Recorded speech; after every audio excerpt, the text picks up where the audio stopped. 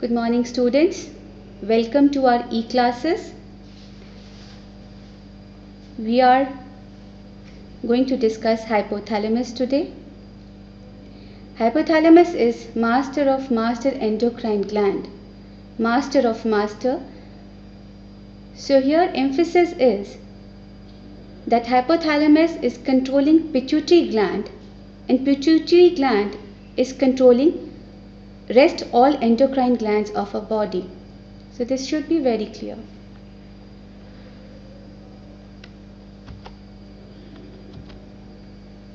Next slide.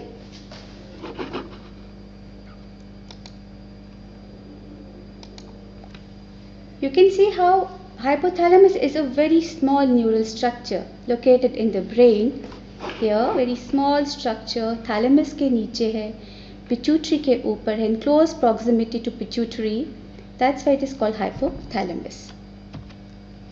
Again, the 6 points under which we have to discuss a hormone. There shall be a format for the next classes. The new information, the important points I want to make here about hypothalamus is that what is the need?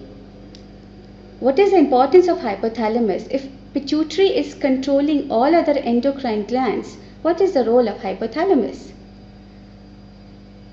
Hypothalamus, it matches the endocrine secretion to the demands of changing environment. What are the changes in the environment? Like internal changes, changes in the pH, changes in the fluid osmolarity, changes in blood pressure, changes in glucose level. These are the internal changes. Changes in the changes of ions. And what are the external environment changes?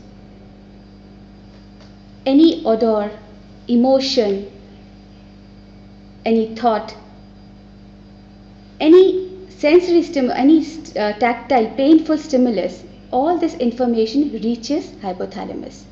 And hypothalamus adjusts to these changes by changing in the rate at which hormones are secreted.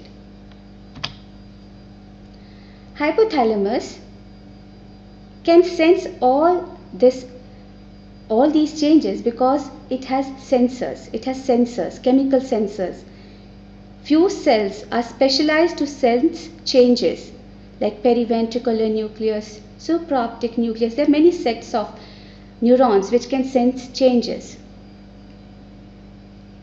It has set point for variables. Just like as we read a biochemical report, there is a narrow range of blood glucose, there is a narrow range of sodium, there is a narrow range of potassium. All these variables, इनका एक set point hypothalamus के पास रहता है. It senses any change in them and then accordingly it discharges signals to cause correction in them, effectors. So hypothalamus is going to bring about changes in endocrinology as well as in autonomic nervous system and behavior. Behavioral changes, as we'll discuss on the separate topic, hypothalamus, temperatures, centers, etc. Hypothalamus receives signals from many sources in the nervous system, like pain signal, or depressing or an exciting thought, olfactory stimuli denoting pleasant or unpleasant smells, and nutrients, electrolytes, water, and various hormones in the blood. Again, this is it. Here in this slide, you can see information is reaching hypothalamus. It is comparing the input to biological set points. So it is a HOD biochemistry.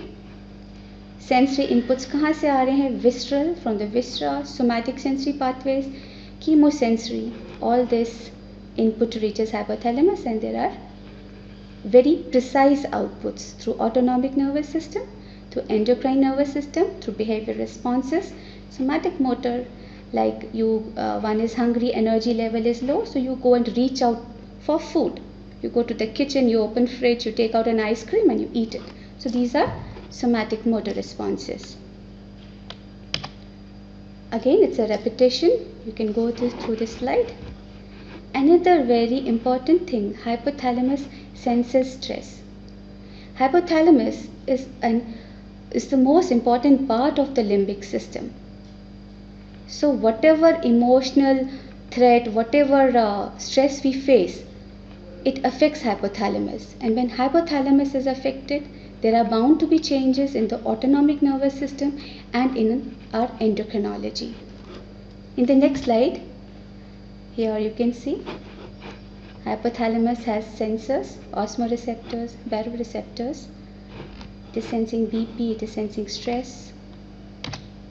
Here, how it is the hypothalamus senses stress? It releases corticotropin releasing hormone. Hypothalamus is always releasing hormones. They act on pituitary. The pituitary releases tropic hormone, and in response to stress, the tropic hormone is ACTH, adrenocorticotropic hormone. This hormone acts on adrenal gland. There is release of cortisol, and cortisol raises blood sugar. It raises our blood pressure by retaining fluid. It affects immunity. So on the whole, our body gets prepared to face stress. It is good for 2-3 days, but if it happens over a long term, then we are bound to develop diabetes mellitus and hypertensive illness. So long-term stress is not good for body. That's how body is warding off the stress mechanism. Hypothalamus will be dealing the endocrinological aspect of hypothalamus. It controls the pituitary secretion. Here you can see, this is hypothalamus. These are the neurons. Here, specialized neurons. The releasing hormones and inhibitory hormones are released by special neurons in the hypothalamus, and they reach pituitary, anterior pituitary, via portal system. This is a portal, hypothalamo-hypophyseal portal system here.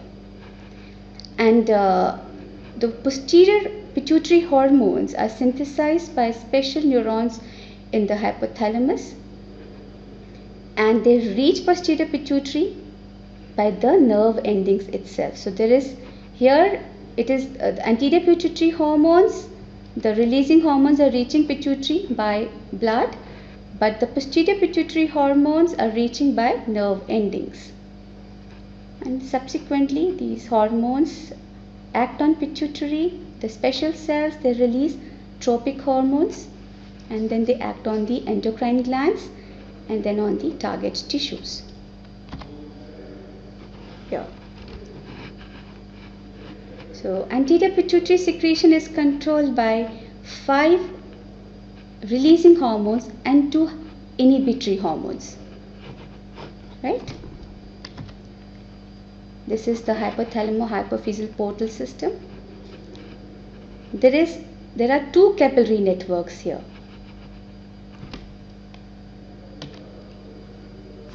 This is a list of hypothalamic releasing hormones.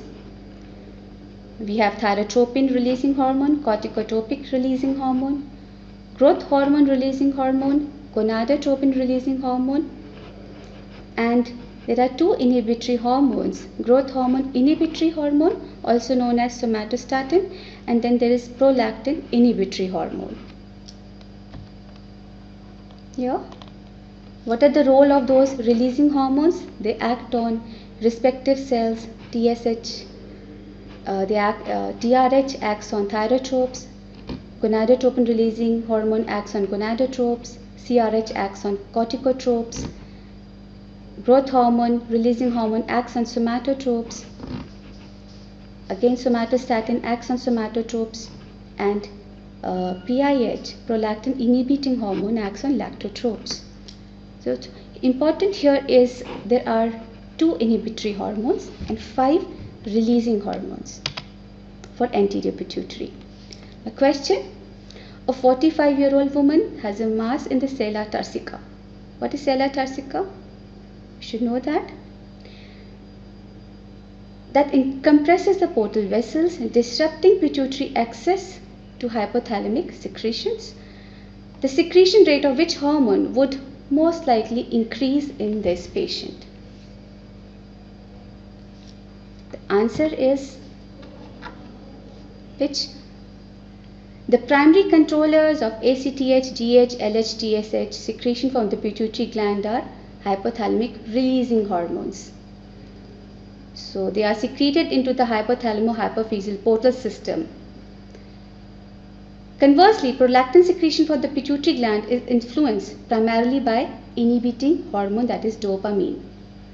So obstruction of blood flow through portal vessels would lead to reduced secretion of releasing hormones but increased secretion of prolactin. Nice, it's important here. Coming to the role of hypothalamus in posterior pituitary, here you can see paraventricular nucleus, supraoptic nucleus. Their nerve endings are reaching posterior pituitary, and here they will release two hormones, peptide hormones, ADH, also called vasopressin, and oxytocin. Hormone disorders, again here I want to discuss. Tertiary disorder is one where the abnormality lies in hypothalamus, secondary where abnormality lies in the pituitary, and primary where abnormality lies in the gland. Again a question here. A scientist in a drug company is trying to develop a replacement therapy for patients who congenitally lack a specific hormone that is normally secreted by the pituitary gland. She develops a peptide analog that exerts an expected effect on target cells studied in vitro and can be shown to be stable in the bloodstream. However, in clinical trials, intravenous infusion of the analog proves ineffective in treating the consequences of the loss of natural hormones. The most likely reason for this therapeutic failure is as follows. So you have to think over and what is the likely failure.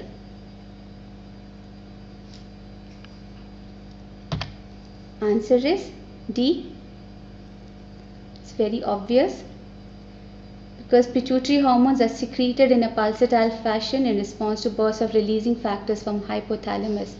So the nature of secretion is pulsatile secretion. That is important. So hypothalamus was a very small topic. We go on to pituitary gland. It is the master endocrine gland. Small size, P, मटर जितना होता है, like a pistachio. Here you can see it in respect of hypothalamus. The pituitary has two parts, anterior pituitary and posterior pituitary. This is optic chiasma. There is another underdeveloped area, relatively avascular area called pars intermedia or intermediate zone. You see the development of pituitary. This is invagination of Rathke's pouch. This is the roof of posterior pharyngeal wall, and this is the evagination. This is the evagination of floor of ventricle.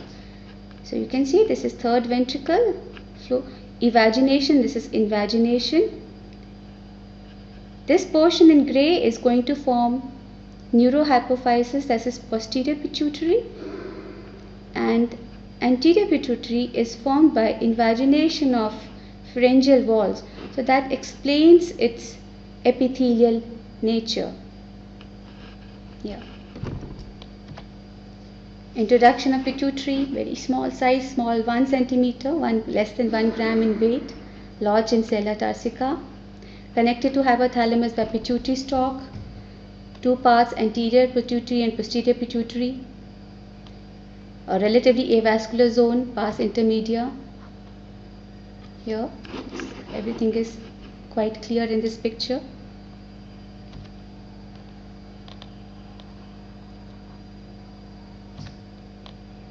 Six major peptide hormones are secreted by the anterior pituitary, and two important peptide hormones are secreted by the posterior pituitary.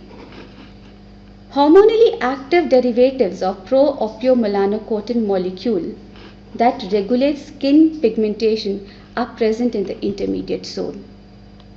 Here, we'll deal with that. These are the 5 types of secretory cells in the anterior pituitary. We have somatotropes, secreting growth hormone, lactotropes, corticotropes, thyrotropes, and gonadotropes. These are the 5 types of secretory cells.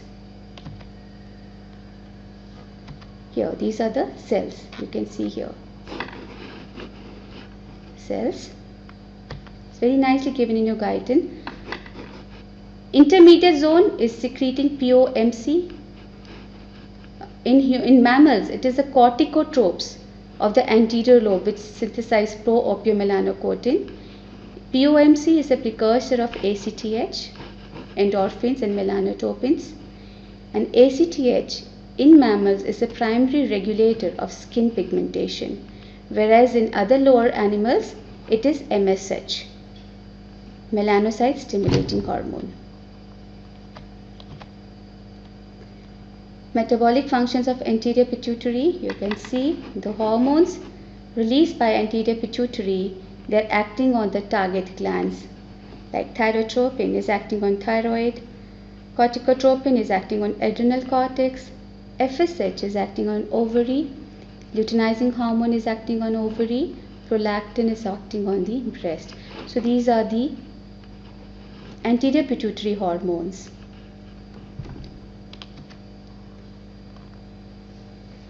All these major anterior pituitary hormones exert their principal effects by acting on specific target cells. Here you can see specific target cells, except for growth hormone, which acts on all body cells. Again, a point very important here.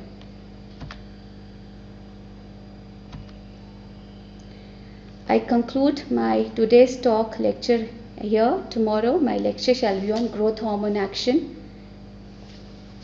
Please come prepared and do submit your assignments. कितनी देर का था? 17 minute.